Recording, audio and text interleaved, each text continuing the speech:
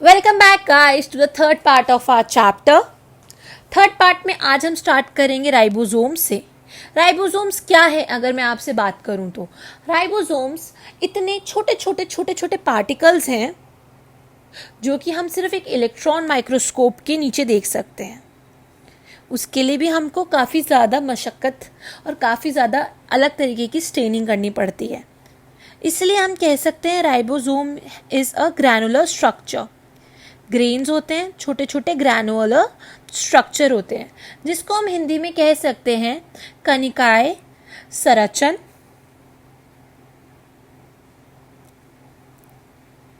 पहली बार राइबोसोम्स को जॉर्ज पलाडे ने देखा था, या आप दूसरे वर्ड्स में कह सकते हो डिस्कवर किया था इन 1953 under a electron microscope. Electron सूक्ष्मदर्शी के नीचे पहली बार जॉर्ज पलाडे ने राइबोसोम्स को देखा था। राइबोसोम्स के अब हम कॉम्पोजिशन की बात करें तो राइबोसोम्स बने होते हैं आरएनए एंड प्रोटीन से। आरएनए और प्रोटीन से हमारा राइबोसोम का कॉम्पोजिशन होता है। देन हम इसके सराउंडिंग की बात करें तो राइबोसोम सराउंड होते हैं एक मेम्ब्रेन से, एक झिल्ली से। राइबोसोम दो प्रकार के होते हैं। यूकैरियोटिक सेल के अंदर होते हैं 80S के और प्रोकैरियोटिक सेल के अंदर होते हैं 70S के। एक राइबोसोम की दो सब यूनिट होती है। पहली सब यूनिट को हम कह सकते हैं उप इकाई और दूसरी सब यूनिट को हम कहते हैं उच्च उप इकाई। 80 सब यूनिट या फिर 80S राइबोसोम के दो हिस्से होते हैं, जिसको आप कह सकते हैं 60S जो पहली उप इकाई होती है और 40S जो उच्च इकाई होती है S की। तो 70S के अंदर भी हमारे दो हिस्से होते हैं। पहला हिस्सा होता है हमारा 50S और दूसरा हिस्सा होता है हमारा 30S। अब यहाँ पर आप लोग के दिमाग में एक बात आई होगी कि S क्या होता है। S होता है हमारा सेडिमेंटेशन कोएफिशिएंट। Sedimentation coefficient. अब ये क्या करता है? ये करता है इनडायरेक्टली मेजर डेंसिटी को और साइज को।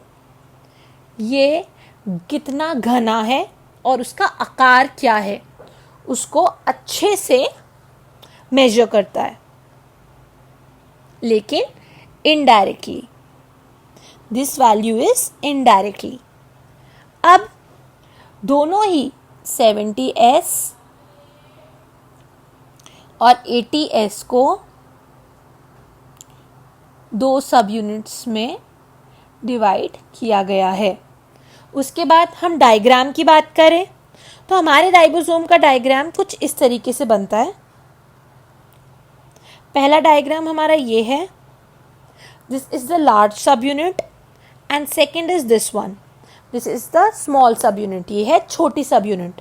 मिलके राइबोसोम कुछ इस तरीके से एक स्ट्रक्चर फॉर्म करता है, क्योंकि जो हमारा लार्ज सब यूनिट है वो हमारे स्मॉल सब यूनिट में फिट हो जाता है। अब हम इसको एक क्विक रिवीजन देते हैं। राइबोसोम्स को पहली बार जॉर्ज पलाडे ने इलेक्ट्रॉन माइक्रोस्कोप में देखा था। ग्रैनुलर स्ट्रक्चर है। इसकी कंपोजिशन आरएनए और प्रोटीन की है। सराउंडेड बाय मेम्ब्रेन है। दो तरीके के हैं राइबोसोम, 80S और 70S। यूकैरियोटिक में 80S है और प्रोकैरियोटिक में 70S। दो सब यूनिट के दो हिस्से होते हैं, एक उप इकाई, दूसरा छोटी उप इकाई। 80S के दो हिस्से होते हैं, एक 60S और एक 40S। 70S में भी दो हिस्से होते हैं, एक 50S और एक 30S। और हमारा सेडिमेंटेशन कोएफिशिएंट होता है S। इनडायरेक्टली क्या करता है, ये मेजर करता है डेंसिटी और साइज। और दोनों ही 70s और 80s में दो सब यूनिट होते हैं। जो लार्ज सब यूनिट होता है वो जाकर फिट हो जाता है स्मॉल सब यूनिट के ऊपर, और हमारा डायग्राम कुछ इस तरीके से बनता है। अब हम बात करें साइटोस्केलेटन की, तो साइटोस्केलेटन क्या होता है, ये होता है नेटवर्क, सारे फिलामेंट्स का, प्रोटीन के स्ट्रक्चर का, ये सब का होता है फिलामेंट। और क्या करता है, ये एक नेटवर्क बनाता है। इसके अंदर ट्यूब्यूल और माइक्रोट्यूब्यूल दो तरीके की होती है, और बीच में एक इंटरमीडिएट फिलामेंट होती है। इसको, इन सब चीज़ों को मिलाकर क्या कहा जाता है, साइटोस्केलेटन। अब हम फंक्शन की बात करें तो सपोर्ट प्रोवाइड करता है, क्या करता है, यांत्रिक सहायता, गति देता है, मोटिलिटी देता है, और लास्ट में क्या करता है, मेंटेन करता है शेप, आकार बनाता है। अब हम इसको क्विक रिवाइज करें साइटोस्केलेटन को, तो ये एक नेटवर्क है फिलामेंट्स का, जो प्रोटीन का स्ट्रक्चर है। इसके अंदर माइक्रोट्यूब्यूल और माइक्रोफिलामेंट्स है। आप इस वाली लाइन को इसके अंदर नोट कर सकते हैं अगर आपको डिफ़िकल्टी लगे तो, हिंदी मीडियम वाले बच्चों के लिए।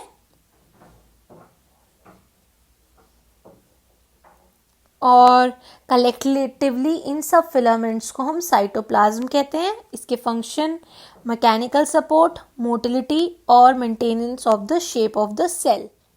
तो अब हम बात करते हैं सीलिया या फ्लैजिला की। सीलिया को हम सिंगुलर में कहते हैं सीलियम, एंड फ्लैजिला को हम सिंगुलर में क्या कहते हैं, फ्लैजिलम। अब बात करें सीलिया क्या होता है या फ्लैजिला क्या होता है। सीलिया या फ्लैजिला हेयर लाइक ग्रोथ होती है, बालों की तरह एक ग्रोथ होती है जो कि निकलती है सेल मेम्ब्रेन से। सेल मेम्ब्रेन से निकल के इस ग्रोथ का, फिर हम बात करते हैं इस ग्रोथ का फंक्शन क्या है, ये क्यों होता है। तो सीलिया दो तरीके से काम आती है, या तो सेल की मूवमेंट में या उसके सराउंडिंग के फ्लूइड की मूवमेंट में।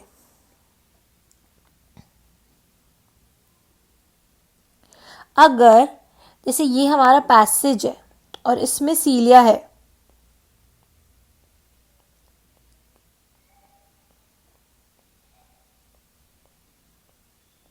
तो ये सीलिया ही डिसाइड करेगा कि इसको फ्लूइड का मूवमेंट इस साइड कराना है या इस साइड कराना है। जो गति होगी वो यही डिसाइड करेगा, या जो मूवमेंट होगी धीरे धीरे किस तरीके से मूव करेगा, या हमारे यूट्रस में हमारा एग कैसे मूव करेगा, ये सब सीलिया ही डिसाइड करेगा। सीलिया खुद मूव होता है और अपने आसपास की सराउंडिंग में फ्लूइड्स को, ये छोटे सेल को कई बार मूव करवाता है।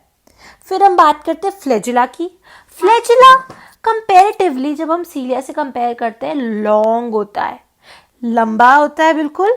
और यूकैरियोटिक का जो फ्लैजिला होता है वो प्रोकैरियोटिक के बैक्टीरिया के फ्लैजिला से काफी ज्यादा डिफरेंट होता है।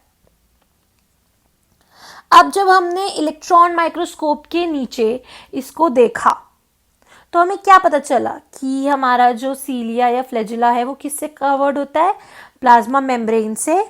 इसके कोर को हम एक्सोम कहते हैं, एक्सोमिनी भी कह सकते हैं, एक्सोम, एक्सोमिनी।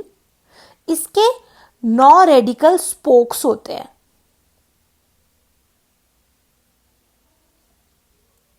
और ये सेंट्रियोल से निकलता है। जो सेंट्रियोल जैसा स्ट्रक्चर होता है, उस सेंट्रियोल जैसे स्ट्रक्चर को हम बेसल बॉडी बोलते हैं। अब हम बात करें स्ट्रक्चर की सीलिया या फ्लैजिला के। ये एक लॉन्ग सीलिया या फ्लैजिला का स्ट्रक्चर, आप जिस भी वे में इसको बोलना चाहें बोल सकते हैं। नीचे ये बेसल बॉडी से एमर्ज हो रहा है, ये कवर्ड है प्लाज्मा मेम्ब्रेन से। This is the plasma membrane. जो रेडिकल स्पोक हमने पढ़े वो कुछ इस साइड होंगे, बीच में एक्सोम समवेयर है। अब हम आर्म्स की बात करें तो आर्म्स हमारे ये हो गए। अब हमने एक्सोमिनी की बात भी कर ली, अब हम रेडिकल स्पोक भी हमारे हो गया। अब हम इसकी बात करते हैं माइक्रोट्यूबुलर ड्यूबलेट की। ये हमारे जो स्ट्रक्चर्स हैं इनको आप कह सकते हैं आउटर माइक्रोट्यूब्यूल ड्यूबलेट, एंड ये हो गए हमारे टाइनीन arms. Now moving forward, this is a structure of flagella और cilium in a electron microscope. ये हमको इसकी स्केल भी बता रखी है इसके नीचे। Now this is a diagram, इसमें वी हैव जस्ट गिवन, इस डायग्राम में हमने मार्किंग हिंदी में भी कर रखी है। जो भी हिंदी मीडियम के हमारे स्टूडेंट्स हैं वो इस डायग्राम को फटाफट कॉपी कर सकते हैं एंड मार्किंग्स को ध्यान रख सकते हैं। अब हम सेंट्रोमियर्स या सेंट्रियोल की तरफ चलते हैं। सेंट्रोमियर्स या सेंट्रियोल कैसे बने होते हैं? ये दो सिलेंड्रिकल से, दो बेलनाकार संरचनाओं से बने होते हैं ये स्ट्रक्चर्स, और इन दोनों स्ट्रक्चर्स को एक एक को सेंट्रियोल्स कहा जाता है। ये घिरे होते हैं एम्फोफोरस पेरीसेंट्रियोलर मटेरियल से। उसके बाद हम बात करें अकृष्ठीय परिकेंद्रीय द्वारा ये घिरे होते हैं। उसके बाद ये परपेंडिकुलर एक दूसरे से लाई करते हैं। परपेंडिकुलर का मतलब क्या हुआ? इस तरीके से। और ये क्या करते हैं? एक तरीके से एक काट व्हील बनाते हैं। काट व्हील का क्या मतलब हुआ? जैसे कि हमारे बैलगाड़ी के पहिए होते हैं उसी तरीके से ये एक स्ट्रक्चर बनाते हैं। ये 9 अलग अलग एक समान दूरी पे एडजस्ट हुए हुए परिधीय होते हैं जो बनाते हैं tubulin protein. 9 evenly spaced peripheral जो बनाते हैं ट्यूबुलिन प्रोटीन। और ये ट्रिपल मतलब 3 जगह से लिंक्ड होते हैं, ट्रिपलेट लिंक्ड होता है।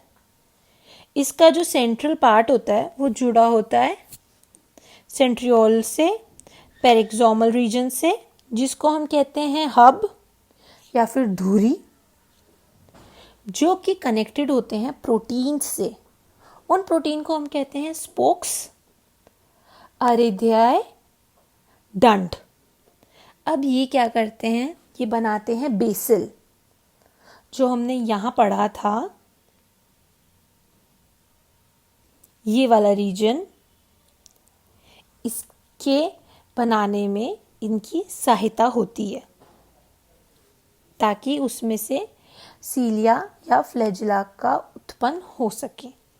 अब ये जो स्पिंडल फाइबर होते हैं जो हमारे सेल डिवीजन में यूज़ होते हैं, ये उसमें भी मदद करते हैं और स्पिंडल एपरेटस बनाते हैं स्पिंडल फाइबर से ताकि सेल डिवीजन में हेल्प हो सके। हमारा सेंट्रियोल का स्ट्रक्चर कुछ इस तरीके से होता है। अब मैं इसको जूम करूं तो आप देख सकते हैं सेल के अंदर सेंट्रोसोम लाई करते हैं और 2 सेंट्रियोल्स मिलके एक सेंट्रोसोम बनाते हैं। अब हम इसका एक क्विक रिकैप करते हैं। हमने आज क्या क्या पढ़ा?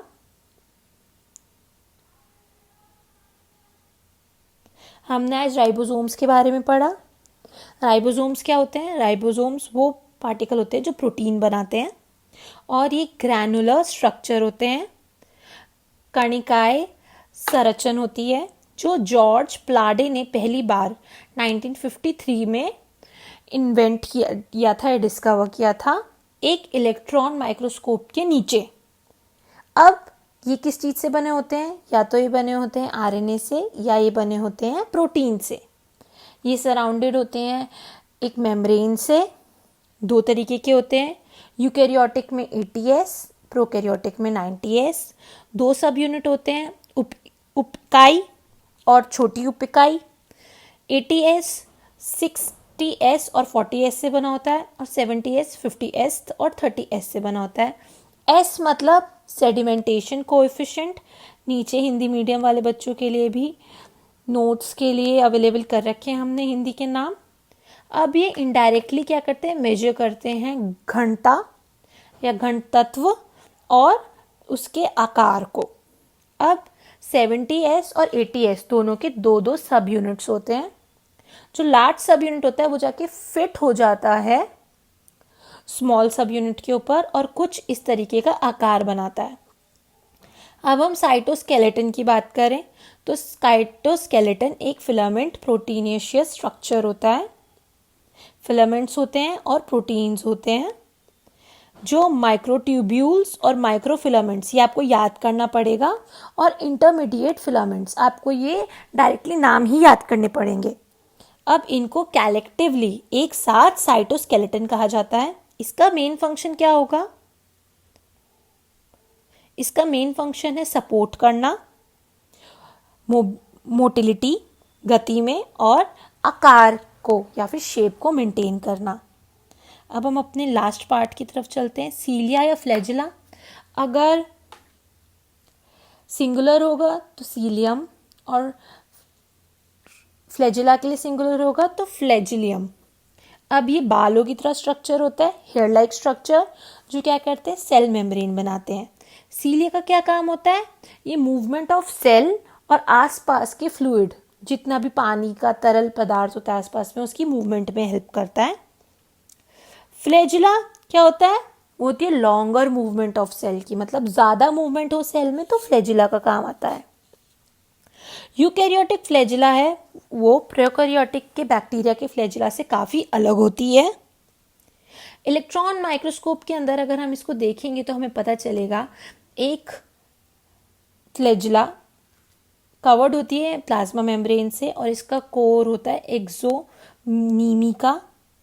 9 रेडिकल स्पोक्स होते हैं और ये सेंट्रियोल से एमर्ज करते हैं जो कि बेसल बॉडी में होता है। अब हमने डायग्राम डिस्कस किए कि डायग्राम में क्या क्या, आप ये डायग्राम फटाफट चाहे तो दोबारा से बना सकते हैं फॉर द प्रैक्टिस।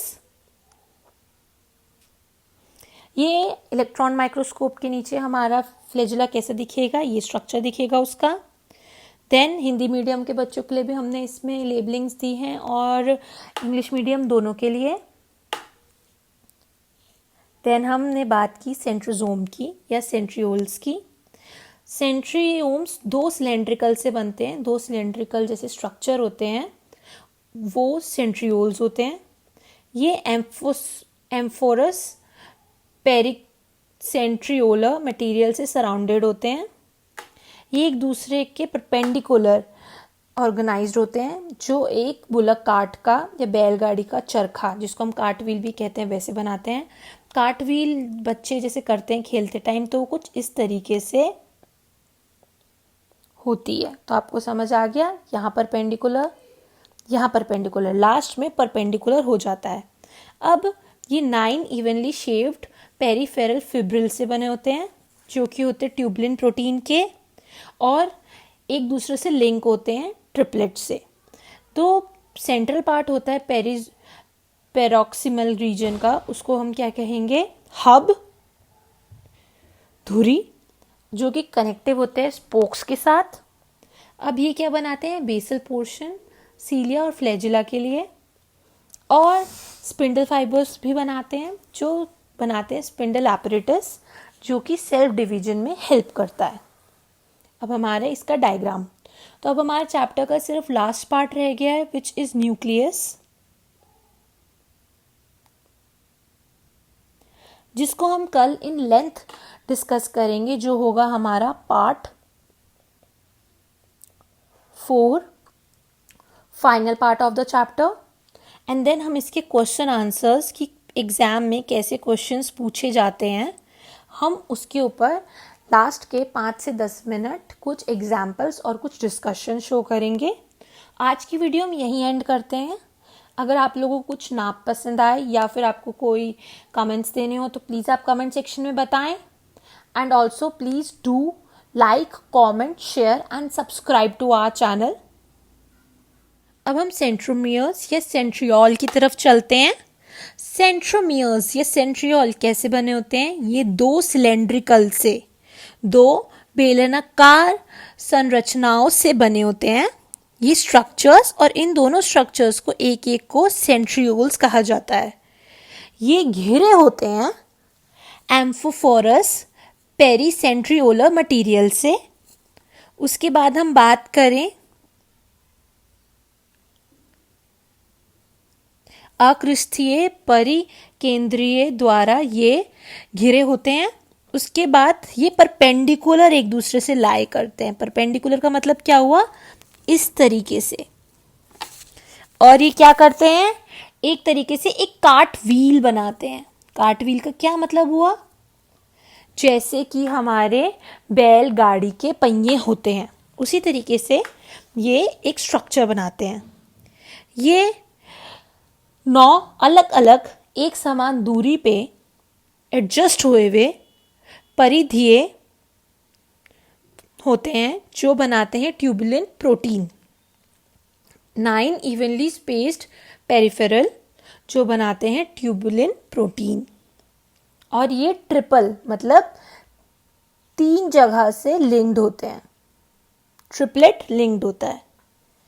इसका जो सेंट्रल पार्ट होता है वो जुड़ा होता है सेंट्रियोल से, पेरिक्सोमल रीजन से, जिसको हम कहते हैं हब या फिर धुरी, जो कि कनेक्टेड होते हैं प्रोटीन से। उन प्रोटीन को हम कहते हैं स्पोक्स, अरेध्याय, डंड। अब ये क्या करते हैं, ये बनाते हैं बेसिल, जो हमने यहाँ पढ़ा था, ये वाला रीजन। इसके बनाने में इनकी सहायता होती है ताकि उसमें से सीलिया या फ्लैजिला का उत्पन्न हो सके।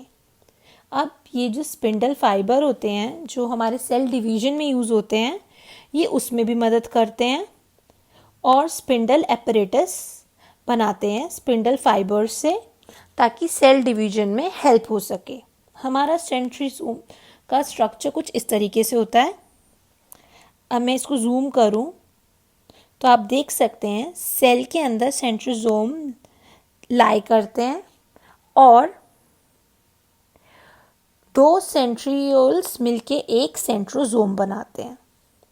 अब हम इसका एक क्विक रिकैप करते हैं। हमने आज क्या क्या पढ़ा,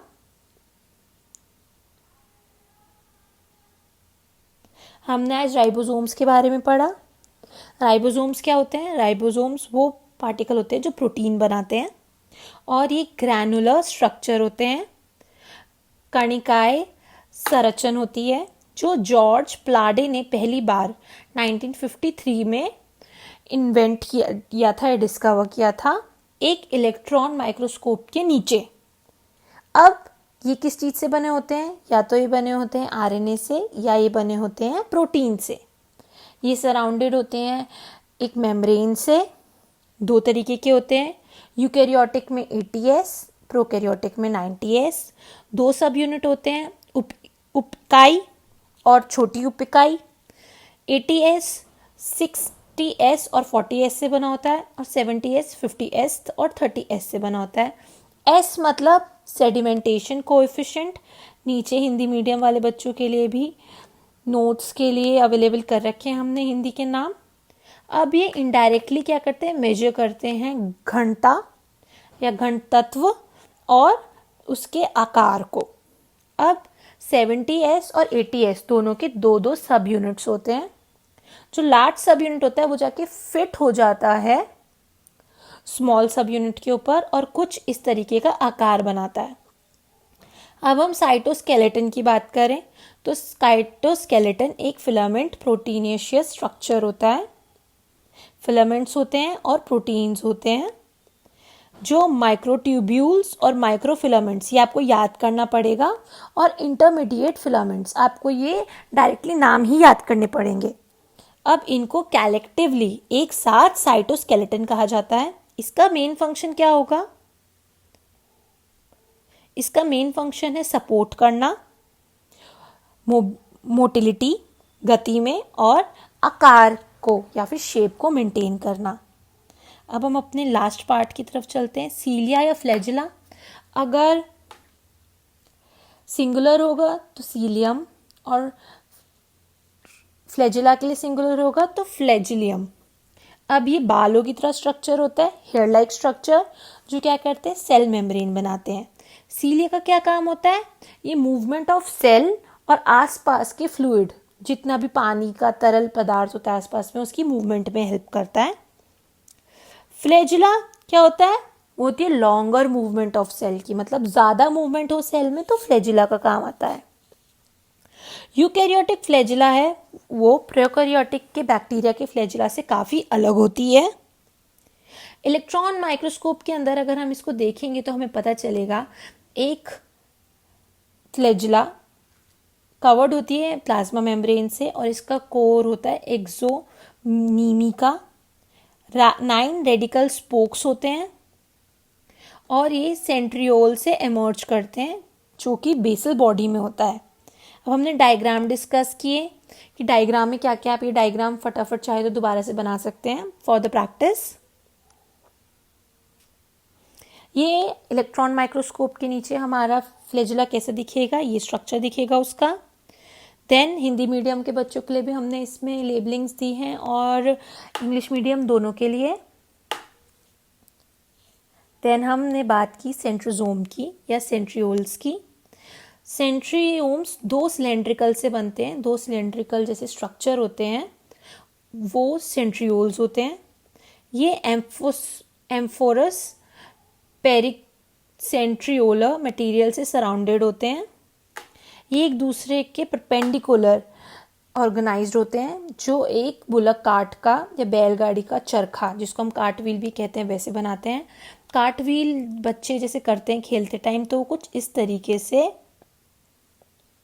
होती है। तो आपको समझ आ गया, यहाँ परपेंडिकुलर, यहाँ परपेंडिकुलर, लास्ट में परपेंडिकुलर हो जाता है। अब ये 9 इवनली शेप्ड पेरिफेरल फिब्रिल से बने होते हैं, जो कि होते हैं ट्यूबलिन प्रोटीन के, और एक दूसरे से लिंक होते हैं ट्रिपलेट से। तो सेंट्रल पार्ट होता है पेरोक्सिमल रीजन का, उसको हम क्या कहेंगे, हब, धुरी, जो कि कनेक्टिव होते हैं स्पोक्स के साथ। अब ये क्या बनाते हैं, बेसल पोर्शन सीलिया और फ्लैजिला के लिए, और स्पिंडल फाइबर्स भी बनाते हैं, जो बनाते हैं स्पिंडल एपरेटस, जो कि सेल्फ डिवीजन में हेल्प करता है। अब हमारे इसका डायग्राम, तो अब हमारे चैप्टर का सिर्फ लास्ट पार्ट रह गया है, विच इज न्यूक्लियस, जिसको हम कल इन लेंथ डिस्कस करेंगे, जो होगा हमारा part 4, final part of the chapter. And then हम इसके क्वेश्चन आंसर्स की एग्जाम में कैसे क्वेश्चंस पूछे जाते हैं, हम उसके ऊपर लास्ट के 5